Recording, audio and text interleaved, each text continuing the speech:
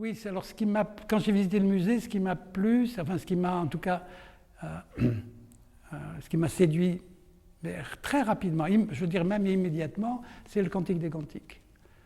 Alors, pourquoi le Cantique des Cantiques? Parce qu'il y a une unité de couleurs.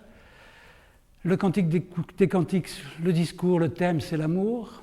Et je trouvais qu'avec cette unité de couleurs, cette unité de discours, ça pouvait rejoindre le parfum. Et là, tout de suite, je voyais un lien. Et tout de suite, je vous ai proposé de dire, mais je vais faire une rose.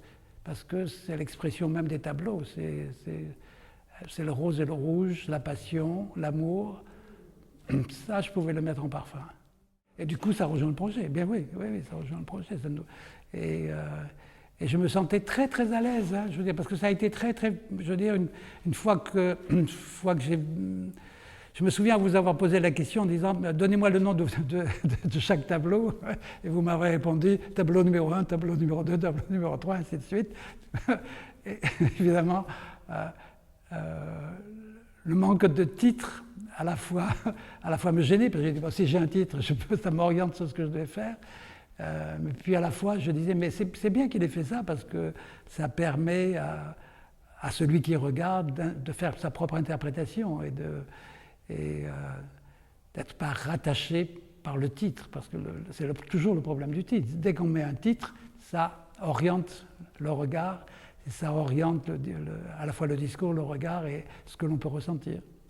Donc là, il y avait liberté. Bon, parfait, je m'en saisis. Le thème, c'est la rose, mais la rose avec toutes les variantes possibles, enfin avec 5 variantes possibles. Il y a une rose nature, la rose telle qu'elle est, et puis ensuite il y a une rose très très poudrée, presque enfantine, je dirais, et puis une rose passion, et une rose tendresse. Et donc, oui, c'est ces différents thèmes que j'invite les spectateurs à sentir et faire la relation entre le tableau et le parfum.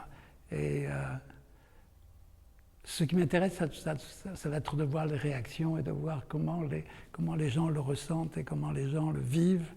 Et oui, ça m'intéresse énormément. Je dirais presque, là, le parfum va servir de titre. Et d'un seul coup, forcément, ça va orienter la vision, puisque, oui, le parfum devient un titre et devient une histoire. Et donc, c'est ma propre vision qui oriente le regard de la personne qui va sentir. Même si elle sent avec son propre nez, avec ses propres émotions, avec son propre ressenti. Mais il n'empêche que l'odeur va guider le regard, ça c'est sûr. Alors, les matériaux utilisés, évidemment c'est toujours une rose. Bon, voilà, la rose, c'est une rose de type centifolia, celle qu'on peut trouver à Grasse.